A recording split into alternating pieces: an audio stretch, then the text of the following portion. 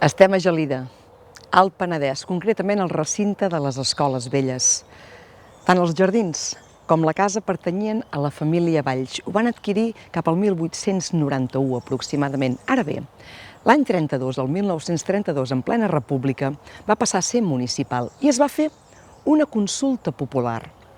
Els gelidencs i gelidenques varen resoldre que aquí volien tenir les escoles públiques i l'any 33 va venir el mateix president Macià a fer-ne la inauguració. Tothom en va quedar molt content, les escoles van tenir una trajectòria de 43 anys fins que es van desplaçar en un recinte més gran. D'entre aquestes consultes que s'han fet a Gelida, però, n'hi ha una altra que és molt interessant. I és que volien decidir quines vistes volien tenir. Va guanyar que els agradaria tenir Montserrat. I sí, tal qual ho van aconseguir. Darrere aquesta arbreda, si voleu venir a Gelida a visitar-ho, podreu veure unes vistes de la gran muntanya.